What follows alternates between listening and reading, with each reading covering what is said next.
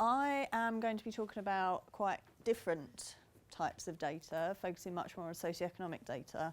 So to give me a sense of the backgrounds of people in the room, can you just raise your hand if you would call yourself a social scientist? And something else is, I guess, the rest. A scientist or from a scientific background? Or okay, anyone who wouldn't classify themselves as either of those things? Okay, so actually quite a lot of social scientists. So this might be,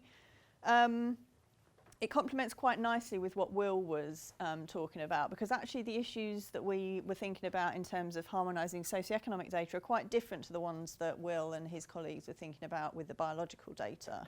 So we're not, most of our data, in fact all of the data I'm going to talk about today is self-reported. So we are not concerned about differences in the way people are reporting their incomes or education and so on.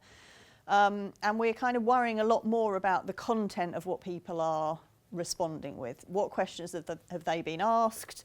Do we have access to the same level of detail in all of the studies? If not, how can we deal with that? So this will give you much more of a sense of a kind of completely different angle on harmonisation, if you like, but quite complementary, I hope. So, as was mentioned, I'm heading up one of the other work packages involved in Closer, and our remit is essentially to harmonise various different types of socioeconomic data. So what measures have we been particularly focusing on? We've been focusing on education, social class and income, and that is of both the parents of the cohort members when they were children and the cohort members' own socioeconomic status when they move into adulthood. And similarly to what Will was just describing, most of our focus is on the UK birth cohort studies, so the 1946, 58, 70 and 2000 birth cohorts. We're also, as Will was doing, using the Bristol-based cohort study. I am assuming people here are kind of mostly familiar with these data sets. If you're not, feel free to shout now and I can give a bit more information. Okay, so we're also using the Bristol one, and we've also used a bit, although I'm not going to discuss it today, one of the longitudinal studies that Closer is covering, and that is the British Household Panel Survey, which has now transformed itself into Understanding Society. So that's quite different from the other data sets in the sense that it doesn't follow a cohort of individuals born at the same time throughout their lives. It essentially takes a representative sample of the UK population at a given point in time and then follows those individuals, hoping to maintain its representation over time. So that's people of all different ages. So that's quite a different study to the birth cohort ones. So why are we interested in harmonising socioeconomic data? So I guess there are two main reasons which will apply to people wanting to use the data in different ways. So the first one is to think about answering substantive research questions which are basically focused on socioeconomic status in some way. So they're either using it as an outcome variable, so you might be interested in the determinants of someone's earnings or income as an adult, for example. Or you might want to use it to look at socioeconomic status as your main covariate of interest. So you might be interested in things like how much more likely is someone from a high socioeconomic background to go to university than someone from a low socioeconomic background. So I've put a few examples on the board. So educational inequalities is a big one. And what I'll talk about today is what we call social mobility, which, as you're all mostly social scientists, I'm sure you'll all be familiar with. So you can think of that in two ways, either within generations or across generations, and I'm going to talk about it across generations because that's really going to make the most of the comparisons that we're doing across our cohort studies.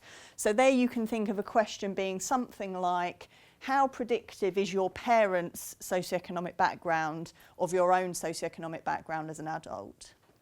And you can think of socioeconomic background measured in a variety of ways, and I'll focus particularly on what happens if you use income as your measure. The other reason why you might want to harmonise socioeconomic data is in the type of study that Will was talking about, and that is where you might be interested in using socioeconomic background as a kind of generic control variable, where you're not really interested in its effects on whatever your outcome is, but you just want to account for it. So you want to ensure that you're comparing people from similar backgrounds, for example, but your question of interest is not really anything to do with socioeconomic background. It could be something to do with health, for example. And the reason I've kind of mentioned those two things is because you might take quite different decisions in how you treat the data in those two cases. If you're just using it as a kind of control, a background control, if you like, you're not really interested in it, you might worry quite a lot less about the detail of the measures and be quite willing to accept something fairly basic and not worry a lot about the types of issues that Will was talking about and go through all that trouble. But obviously, if you want to use it as your main outcome or your main background control, you're probably going to be more worried and have to think quite carefully about how you can get the most detailed information you possibly can, but in a comparable way across studies. So what are the kind of what are the issues that we might think about when we think about coming to do a harmonisation exercise? So I'm thinking particularly about the type of things we've been thinking about when we're looking at our socioeconomic data. There may well be other things that are applicable to other measures. So, for example, the quality of the instruments, for example, over time might be particularly relevant for medical measurements. So I'm going to split this into two slides. One is kind of what I have called conceptual issues. So reasons why you might think that measures taken 50 years ago are not comparable in some way to measures taken now. So one is that in a lot of cases, particularly when you're thinking about socioeconomic data, you don't have kind of similarly sized groups over time.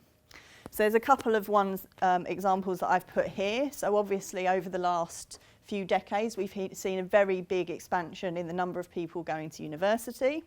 So an indicator of education status, for example, such as do you have a degree, would probably tell you about a very small proportion of the population in your earliest cohort studies compared to a very large percentage of the population in your latest cohort studies. So you might worry about how you would interpret the effects of those variables in those two cohort studies. The structure of the economy has also changed dramatically.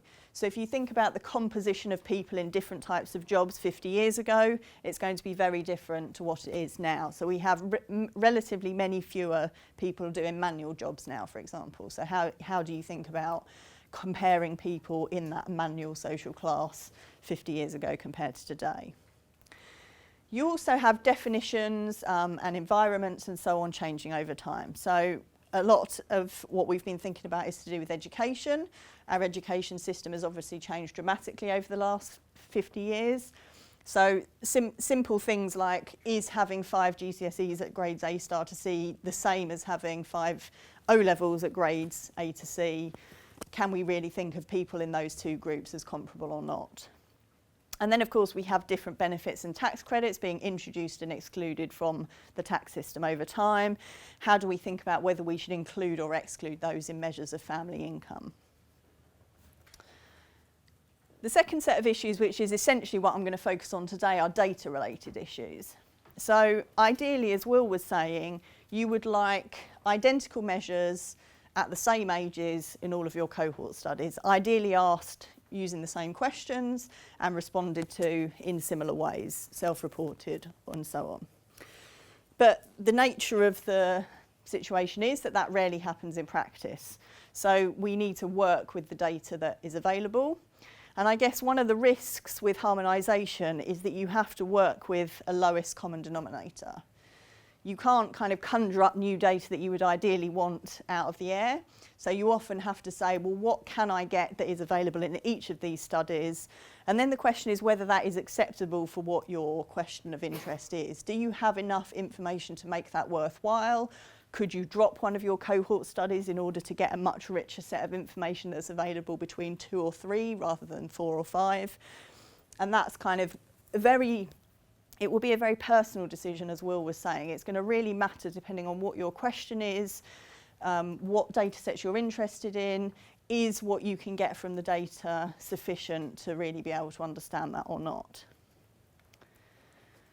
So I'm going to talk essentially about a case study of one of the things that we've been harmonising. So at the end of the slides, which I'm not going to show, but which we can, I hope, make available afterwards, is a list of specifically which measures we've harmonised in which studies at which ages. I'm just going to focus on one example today just to talk through some of the issues that we came across, the decisions we made, how we overcame those, and then show you an example of how we're using the data at the moment. So what I'm going to talk about is about harmonising income. So ideally we'd like a continuous measure of family income which includes the same components for everyone in a comparable way across numerous cohorts. So what information do we actually have? So I've picked age 16 as an example, and I'm focusing just on the 1958 and the 1970 cohorts. The 1946 cohort didn't ask income in childhood, unfortunately. And of course, for the question that we're going to be focusing on, we also want measures in adulthood, so we focused on the slightly older cohorts. So what do we have in the data? Well, in the NCDS, we have a continuous measure or estimate of net earnings from the parent's main job. So this is all about parents at age 16. It's about the information on the cohort member's parent when the cohort member was 16. So we have a continuous estimate of the net earnings from the parent's main job. We have a continuous estimate of their partner's net earnings. And we have a continuous estimate of their income from other sources. Compare that to what we have in the BCS, and in the BCS we have a banded estimate of gross total income. So I'm not expecting anyone to kind of be an expert on income, but can you think, what do you think we kind of did from here? What do you think we ended up going for in terms of what we could harmonise using this information? Any? Banded estimate of, you try and make something equivalent to BCS using your much more detailed information. Okay, any other guesses? So we could have done that. We would still have the issue that one is gross and one is net, i.e. one is before tax and one is after tax. What do you think? What might we have done?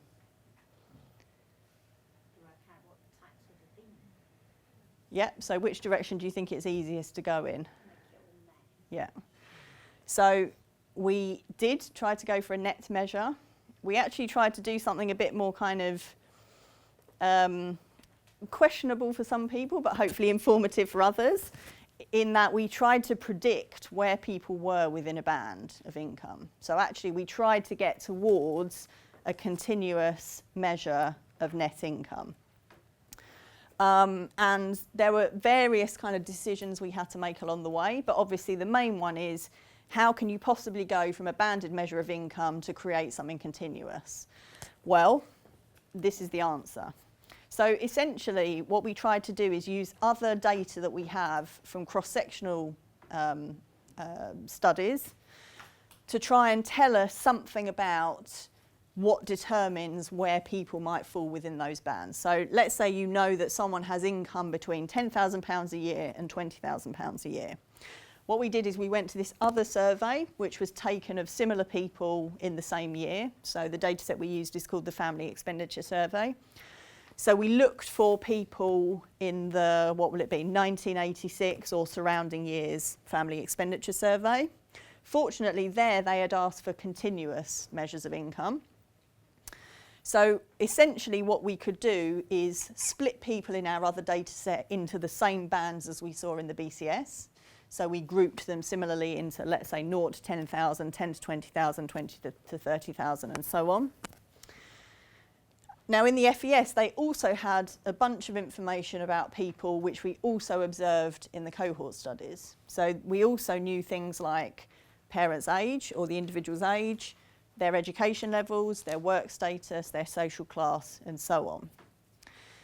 So effectively what we did is we tried to build a model or run a regression which enabled us to try and predict where within a particular income band someone would fall using the other information that we had in the survey.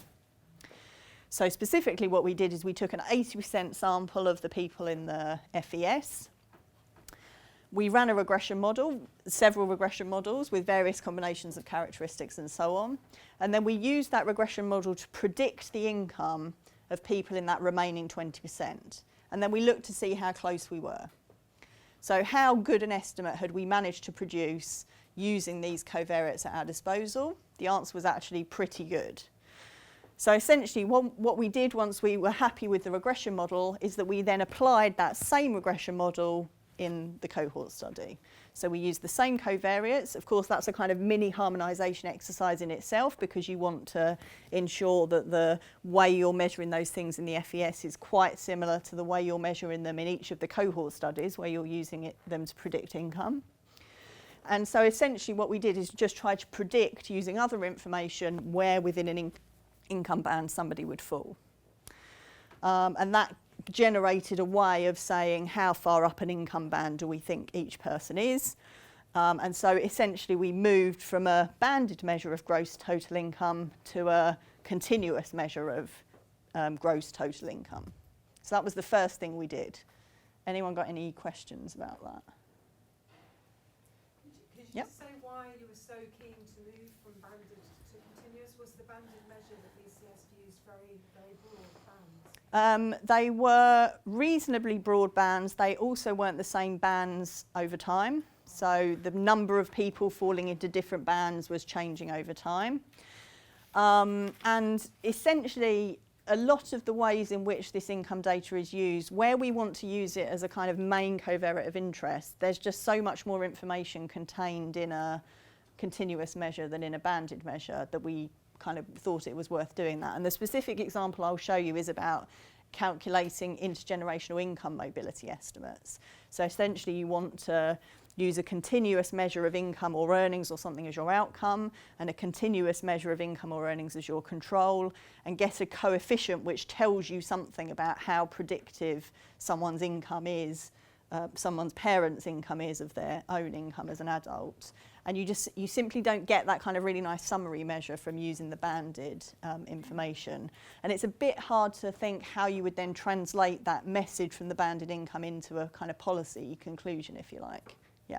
How confident are you in the comparability of expenses compared to the family expenditure survey in terms of how representative they both are they both biased in the same way? So we did quite a lot of checks on it. It looked pretty good, actually. We were quite worried about the attrition from the cohort studies, making it very different to the family expenditure survey. Actually, that didn't seem to be kind of borne out to any great extent, which was a bit surprising. But yeah, we did try to make sure that the overall distributions at the beginning were as comparable as possible. And so obviously we couldn't really do that with the BCS. We did it with the NCDS though, where we had the continuous measures in both studies. And so I guess we're kind of hoping that if you've got very good representation at one age in one study, hopefully that translates into other ages in other studies. Because you've done this at different ages in the 70 cohorts. Yeah. So surely as the cohorts aging, you have more attrition in them, isn't it? And they become more and more selective. So which data sets are you talking about? The NCDS and the BCS?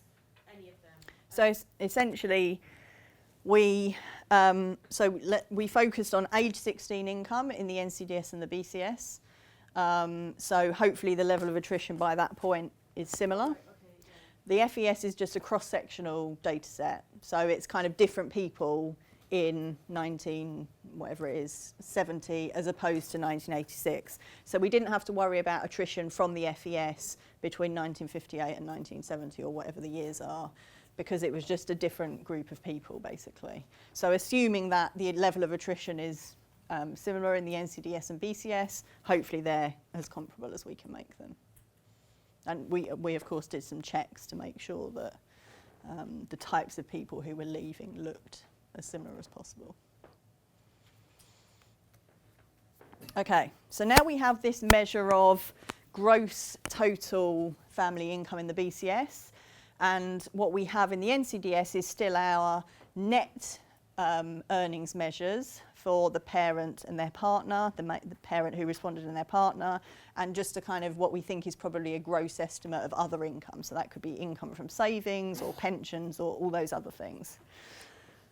So there were a series of other things that we had to worry about, which I've listed here. So one is that it appeared that different people's income was included in the measures in the NCDS and BCS. So some people looked at it as what you would describe as a benefit unit, i.e. 2 parents and their any children, whereas in, I think it was the NCDS, they included income from any grandparents or uncles and aunts or whoever who happened to be living in the same house. So we obviously wanted to try and remove the other people who were living in the house in order to just focus on the main family's income, the immediate family's income. So essentially we used the FES again because we had income there specifically on non-family members. So we effectively predicted who looked like they had other family income, how much that looked like, and then just subtracted it from the data set. So hopefully that now focuses us in on just the income of the immediate family members. So it wasn't so relevant for this age 16 data, but it was very relevant for other waves where we had very detailed information on different components of income. So in some waves, people were asked to report how much income did you get from working tax credit, how much did you get from child tax credit, how much did you get from your employer's pension, and so on and so forth. And obviously, if you're trying to add those all together to get to a total measure of income, it's really going to matter if somebody's not bothered reporting one particular component of that income. So obviously, we didn't do a lot about most of those because it would be very hard for us to judge how much income someone would have in some respects. But ones where it's obvious how much income someone should have, we tried to fill it in. So where somebody had not reported how much child benefit they were receiving, for example, because it's a fixed rate that effectively differs by number of children, by knowing how many children they've got, we can effectively impute their measure of child benefit. So we don't need to have that as a missing value, we can just fill in the information instead. So one particular issue with the kind of bands in the BCS and the data more generally is, of course, what you do with people who either report very, very high income, possibly implausibly high income, and specifically with the bands. So the top band in the BCS was just open-ended. You could just have income above £50,000 a year, let's say. So, of course, trying to decide where in an open-ended band someone is a bit more tricky than where in a kind of finite £10,000 to £20,000 band they are. So it turns out that this matters quite a lot for what results we get, particularly when you're thinking about something like social mobility, where you're really relying on the relationship between income in childhood and income in adulthood. And I don't think there's a kind of definite right answer about this. I think it's probably a judgment call. So if any of you are thinking about using income as outcomes or as your main covariates of interest, this is one issue that will make quite a big difference to your results. So I said essentially what I think we ended up doing is what I've called top-coded income. So essentially it doesn't look like people are very good at reporting very high levels of income. There might be a high level of mismeasurement, or in some cases you might think it's just implausibly large. So if someone's reporting £5 million a year income, if you put that in a kind of linear regression framework sense, that's going to matter hugely for what your results look like. And you might think, well, the chances of someone in the NCDS having £10 million a year income may not be that high. So what we'll do instead is give them the income of the person at the 99th percentile.